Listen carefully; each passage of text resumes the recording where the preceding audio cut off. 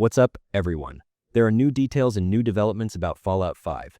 First of all, it is being said that while the Fallout series was being filmed, Todd Howard said about some ideas, "Don't do this. Let's save this for the games." Now think about it. The Fallout series exploded. Fallout 4 came back into the spotlight. Fallout 76 is still alive. But there is one thing everyone is really waiting for: Fallout 5. So when is this game actually coming? Where could it take place?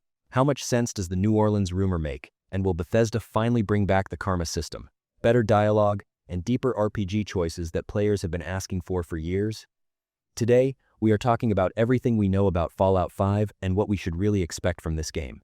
Let's start with the clearest information first. Fallout 5 is officially in Bethesda's plans. This is no longer just a fantasy made up by fans. Todd Howard previously said that they had a very early one-page design idea prepared for Fallout 5, so Bethesda has not forgotten about this game. But the thing we need to pay attention to here is this. A one-page design idea does not mean the game has entered full production. It means more like, we will make this game in the future, and this could be our basic direction. And that is where the real problem begins. Fallout 5 is coming, yes, but it is most likely not coming anytime soon. Because Bethesda's next major main project is not Fallout 5, it is The Elder Scrolls 6. Todd Howard previously said that they would move on to Fallout 5 after The Elder Scrolls 6. That automatically pushes the timeline very far ahead. If we still do not even know exactly when Elder Scrolls 6 will be released, talking about Fallout 5 before 2030 feels pretty optimistic. At this point, we need to be a little realistic. Bethesda's big RPGs are not projects that can be made in 2 years like normal games. Massive open worlds, hundreds of quests, different factions, player choices, exploration areas, cities, NPCs, weapons, armor, perk systems, and mod support all mean that developing these games takes years. Todd Howard also said that making a Fallout game could take around 5 years.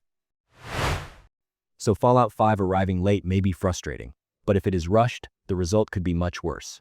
The thing that makes me think the most here is this. When Fallout 5 comes out, the expectations will not be normal expectations. Because thanks to the Fallout series, a new audience has entered the franchise. Even people who had never played Fallout before started learning about vault tech, ghoul characters, the Brotherhood of Steel, and the wasteland atmosphere. That increases the pressure on Bethesda enormously. Fallout 5 no longer has to satisfy only the old fans. It also has to be a strong entry point for the new audience that came through the series. Another reason the Fallout brand is so alive right now is Fallout 4 Anniversary Edition. By bringing Fallout 4 back into the spotlight, Bethesda both called old players back and sent a message to new players saying, "You can enter the Fallout universe from here." This version comes with the main game, expansions, and Creation Club content. What we call Creation Club is, in short, Bethesda-approved extra content, meaning official mod-like new quests, items, armor, and small packs. But we also need to say this. Bringing Fallout 4 back into the spotlight is nice. Expanding the universe with the series is nice. And keeping Fallout 76 alive is also nice. But none of these replace Fallout 5. What players really want is a new main game. A new city, a new vault, new factions, a new character creation system, and a massive RPG experience where we can truly write our own story. That is exactly where the magic of Fallout is. It drops you into the middle of a destroyed world and asks, so, who do you want to be now? On the platform side, there is no confirmed information right now. But when we think logically, Fallout 5 coming to PC and Xbox seems almost certain. The PlayStation issue, however, has remained controversial ever since Microsoft bought Bethesda. In the past, many people thought Fallout 5 could be exclusive to Xbox, but Xbox has recently started bringing some of its games to different platforms as well. So, whether Fallout 5 comes to PlayStation or not will depend on what kind of strategy Microsoft follows when the game releases. The Nintendo Switch 2 possibility is not a completely closed door either. Fallout 4 Anniversary Edition coming to Switch 2 shows that Bethesda takes the Nintendo side seriously. But Fallout 5 will be much bigger, much heavier, and most likely a much more modern game. So releasing it for Switch 2 could be technically difficult. Maybe we could see a special version, maybe a cloud-based solution, or maybe a port that comes later. But for now, it would not be right to speak with certainty on this subject. Now let's get to the topic everyone is most curious about. Where will Fallout 5 take place? Todd Howard previously said that the soul of Fallout is largely connected to America. Because Fallout is not just a post-nuclear war game, it is also the rotten version of the American dream.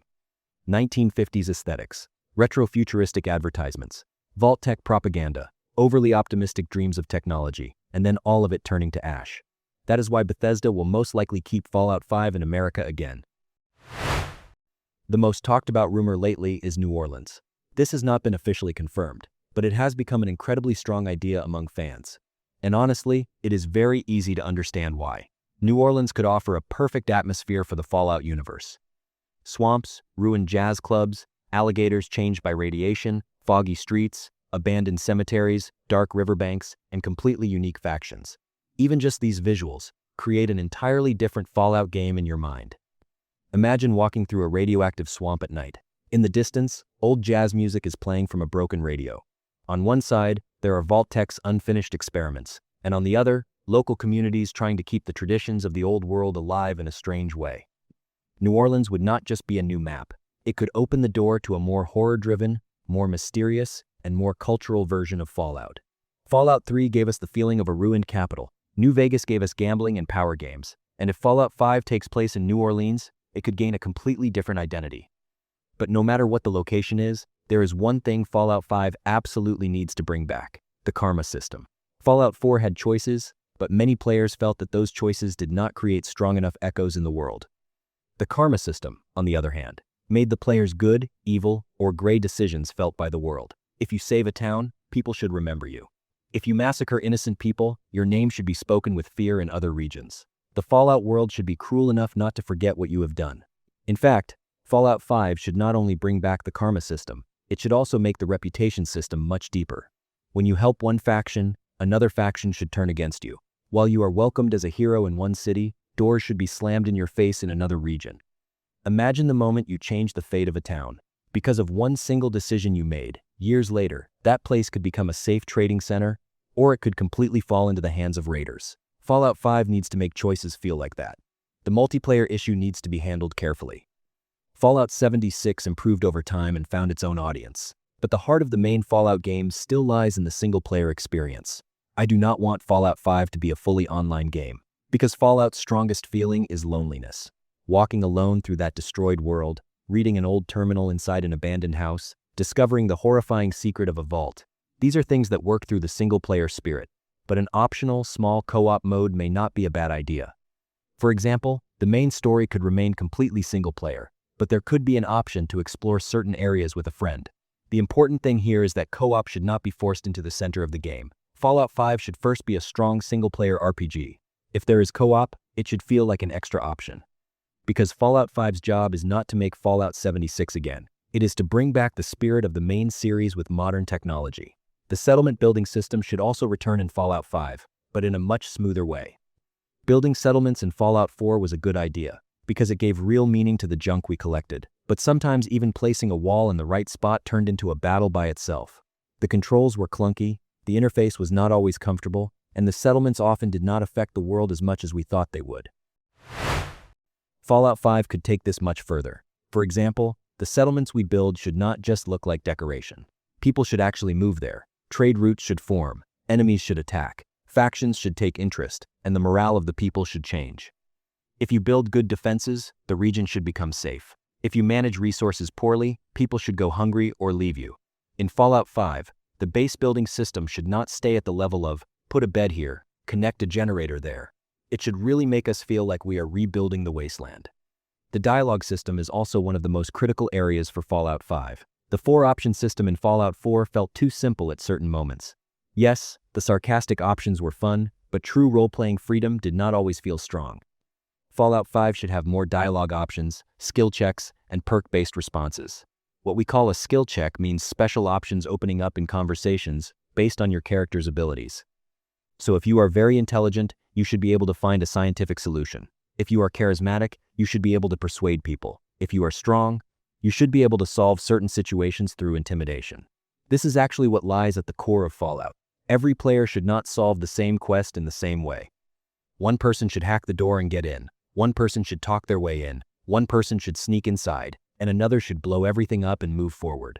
For Fallout 5 to feel like a real RPG, it needs this freedom. A big map alone is not enough. Inside that big map, there need to be real choices, real consequences, and paths that change depending on the player's character. When it comes to the new map, Bethesda should not play it safe either. Fallout 5 should show us a truly new wasteland. We do not just want a bigger map, we want a more meaningful world. Every abandoned building, every vault, and every radioactive area should have a small story behind it. The best moments in Fallout are usually not in the main quest, but hidden in a random place you enter. Sometimes 3 lines you read on a terminal can tell the tragedy of an entire city. Fallout 5 should not forget that. On the faction side, major innovation is also necessary. Classic elements like the Brotherhood of Steel, super mutants, raiders, and Deathclaws are of course important. But Fallout 5 should not rely only on nostalgia. We should see new ideologies, new communities, and new threats. Maybe a cult that sees the old world as sacred. Maybe a people who completely ban technology. Maybe a new power born from Vault-Tec experiments. The Fallout universe works best when it shows that even after destruction, humanity keeps repeating the same mistakes. The companion system could also be stronger. The characters traveling with us should not just be people who help us in combat. They should have their own beliefs, fears, pasts, and limits. If we act too cruelly, they should be able to leave us or even stand against us. If we truly invest in their stories, they should be able to change certain events in the world. In Fallout 5, companions should not feel like characters who only give side quests, but like people who genuinely affect our journey. In the end, expectations for Fallout 5 are huge, because players do not want just one thing. They want to see the atmosphere of Fallout 3, the choice depth of New Vegas, the exploration and building systems of Fallout 4, some of the world event ideas that Fallout 76 gained over the years, and modern RPG technology all in the same game. That is a very difficult balance. If Bethesda rushes this, there could be a major disappointment. But if they take the right amount of time, Fallout 5 could truly become one of the biggest RPGs of the new generation. For now, we do not have a clear release date, official gameplay, or a confirmed city. But what we do know is this. Fallout 5 is in Bethesda's future plans. It will come after The Elder Scrolls 6. It will most likely take place in America, and because of the massive hype created by the Fallout series, expectations are higher than ever before. Maybe we will meet again in the radioactive wasteland in 2030, but until then, the Fallout universe will continue to surprise us. Do you think Fallout 5 should take place in New Orleans, or should Bethesda choose a completely different city? Write your thoughts in the comments, and don't forget to like the video and subscribe to the channel, because the moment a new detail about Fallout 5 comes out, we will keep talking about it here. Thank you for watching. I'll see you in the next video.